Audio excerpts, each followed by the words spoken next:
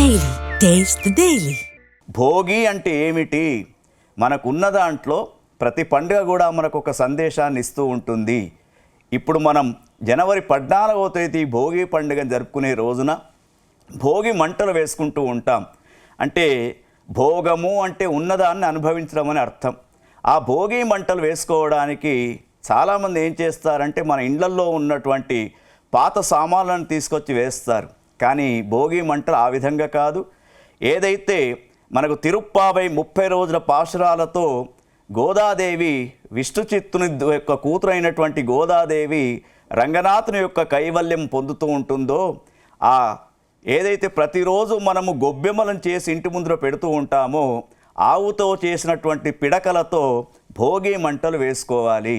ఇది ఆరోగ్యరీత్యా కూడా మంచిది. కాబట్టి భోగి మంటలు, భోగి పళ్ళు పోసుకోవడం అనేది ఈ రోజు నుంచి ప్రారంభమవుతూ ఉంటుంది.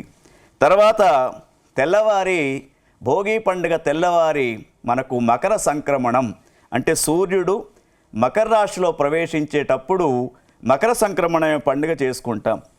మరి ఈ మకర సంక్రమణం పండుగకే పెద్దల పండుగ అని చెప్పేసి కూడా చేసుకుంటూ ఉంటాం. మకర సంక్రమణం రోజున చక్కగా దాన ధర్మాలతో పాటు మరి మనకు ఉన్నటువంటి కులదేవతను పూజిస్తూ ఆ రోజు కొత్త బట్టలను ధరించి నువ్వులకు సంబంధించినటువంటి ఆహార పదార్థాలు తినడం ఒక విశిష్టత. ఎందుకంటే ఈ పూర్వకాలంలో మన ఋషులు ఎట్లా పెట్టారంటే మనం తినే ఆహార పదార్థాలతోటి కూడా ఆరోగ్యపరమైనటువంటి ఇబ్బందులు రాకుండా చూసుకోవాలని చెప్పడం. అందుకే నువ్వులు వేడి పదార్థం కాబట్టి సూర్యభగవాన్ యొక్క వేడి ఈ యొక్క కాలములో మనకు కావాలి. కాబట్టి మకర సంక్రమణం రోజున సూర్యుడు మకర రాశిలో ప్రవేశించినటువంటి రోజు, చక్కగా సూర్య సంక్రమణం అయినటువంటి రోజు కాబట్టి నువ్వుల పదార్థాలు తినడం, నువ్వుల పదార్థాలు దానం చేయడం. అదేవిధంగా పేదలకు సంక్రాంతి పండుగ సందర్భంగా చలికి తట్టుకునే ఏవైతే ఉంటాయో అటువంటి చెద్దర్లు కానివ్వండి, ఇంకా బ్యాంక్లెట్స్ కానివ్వండి, అటువంటివి పేదవాళ్లకు దానం చేయాలని చెప్పేసి మరి ఈరోజు చేసినటువంటి దానం విశిష్టమైనటువంటి దానంగా చెప్తూ ఉంటారు. అదేవిధంగా తల్లిదండ్రులు లేనటువంటి వారు తిల తర్పణాలతో పాటు పెద్దల పండుగ అని కూడా చెప్తూ ఉంటారు. అంటే తల్లిదండ్రులు గతించినటువంటి వారు తర్పణాలు నల్ల నువ్వులతో వదిలిపెట్టాలి, తెల్ల నువ్వులను దానం చేయాలి, బెల్లాన్ని కూడా దానం చేయాలని చెప్పేసి మనకు జ్యోతిష్శాస్త్ర పండితులు చెప్తూ ఉంటారు. మరి ఈ విధంగా 3 రోజుల పండుగ అయినటువంటి సంక్రమణం ఏదైతే ఉందో సంక్రాంతి, దీనినే సంకురాత్రి అని చెప్పేసి కూడా అంటూ ఉంటారు. మరి దీని సందర్భంగానే చంద్రుడు సూర్యుని ఆకారాలతో కూడుకున్నటువంటి సకినాలు అంటారు. ఆ సకినాలకు సంబంధించినవి కూడా జ్యోతిష్శాస్త్ర రీత్యా పూర్ణ చంద్రుడు సూర్యుడు ఏ విధంగా అయితే ఉంటారో వృత్తాకారంలో ఆ యొక్క సకినాలు చేసుకునే పండుగగా చెప్తూ ఉంటారు. తర్వాత ముఖ్యంగా మరి సంక్రాంతి రోజున ఎవరైతే ఈ యొక్క పండుగను వైభవంగా చేసుకుంటారో ముఖ్యంగా దీనికి పౌష్యలక్ష్మిని ఇంటికి ఆహ్వానించడం అని చెప్పేసి చెప్తూ ఉంటారు. మరి పౌష్యలక్ష్మి అంటే ఏమిటి?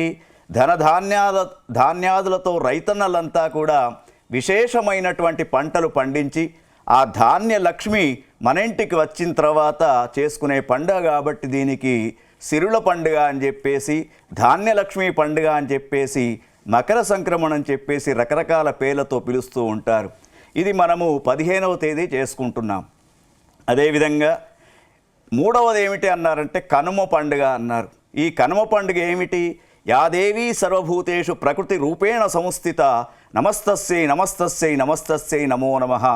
ప్రకృతి మాత ఒడిలో పూసినటువంటి పుష్పాలతో మన కోసం కష్టపడుతున్నటువంటి ఎద్దులకు, ఆవులకు, పశు సంతతికి అంతటికి కూడా ఒక విశేషమైనటువంటి అలంకరణలు చేస్తూ వాటిని పూజించడమే మనకు కనుమ పండుగ అని చెప్పేసి చెప్తూ ఉంటారు. మరి ఈ కనుమ పండుగ రోజున ముఖ్యంగా మన కోసం పంటలు పండిస్తున్నటువంటి మరి వృషభము అంటే ధర్మానికి స్వరూపంగా చెప్తారు. ఆ వృషభమే శివుని యొక్క మరి వాహనం కాబట్టి అటు పశువు పూజ అంటున్నాం, పశుపతికి కూడా పూజ కాబట్టి ఈ పూజను ఎవరైతే వైభవంగా చేసుకుంటారో వాళ్ళ మరి పొలాలలో చక్కని పంటలు పండడం, తర్వాత కొత్తగా వచ్చినటువంటి ధాన్యంతో పాయసాన్ని చేసి ఆ పాయసాన్ని నైవేద్యంగా పెట్టి పంట పొలాలలో వేయడం కూడా మనము ఈ యొక్క సంక్రాంతి పండుగ సందర్భంగా చేస్తూ ఉంటాం. మరి ఇటువంటి యొక్క సంక్రాంతి పండుగ వచ్చిందంటేనే మనకు విశేషమైనటువంటి కొన్ని విషయాలు చూస్తూ ఉంటాం. ఒకటి ఏమిటంటే హరిదాసులు అసలు ఏ పండుగ కనబడరు, కానీ సంక్రాంతి వచ్చిందంటే హరిదాసులు ఆ యొక్క గోపుర రూపంలో ఆ తలపైన పెట్టుకునే బిందెలు పెట్టుకొని హరినామ సంకీర్తన చేస్తూ ఎందరో మహానుభావులు అందరికీ వందనాలంటూ త్యాగరాజ కృతులు పాడుకుంటూ మన గృహాల ముందరికి వస్తూ ఉంటారు. వాళ్ళు కోరుకునేది కేవలం, హరిదాసులు కోరుకునేది ₹1,00,000 కాదు, కేవలం పిడికెడు ధాన్యం వేస్తే తృప్తితో వెళ్తూ ఉంటారు. హరిదాసులను చూస్తూ ఉంటాం. తర్వాత గంగిరెద్దులు, వాటిని కూడా చూస్తూ ఉంటాం. తర్వాత చిన్న పిల్లలకు 6 సంవత్సరాల లోపల ఉన్నటువంటి పిల్లలకు మనము ఈ యొక్క రేగు పండ్లను భోగి పండ్లుగా శిరస్సు పైన పోస్తారు. ఎందుకు భోగి పండ్లను పోయాలంటే ఈ రేగు పండునే బద్రీ ఫలం అంటారు. మరి బద్రీ ఫలంలో ఒక విశేషమైనటువంటి మనకు ఏంటంటే ఒక విశేషమైనటువంటి రోగతత్వం కనబడుతూ ఉంటుంది. అంటే రోగాన్ని దూరం చేసే ఒక పండే బద్రీ ఫలం అంటారు, రేగుపండు.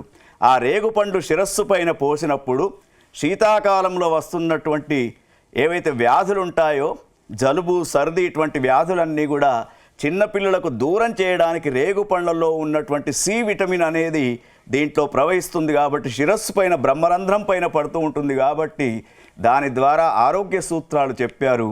అదేవిధంగా భోగి పండు పోయడం ద్వారా ఆ భోగి పండ్లతో పాటు రేగుకాయలతో పాటు మరి చెరుకు గడలను కూడా వేస్తూ ఉంటారు.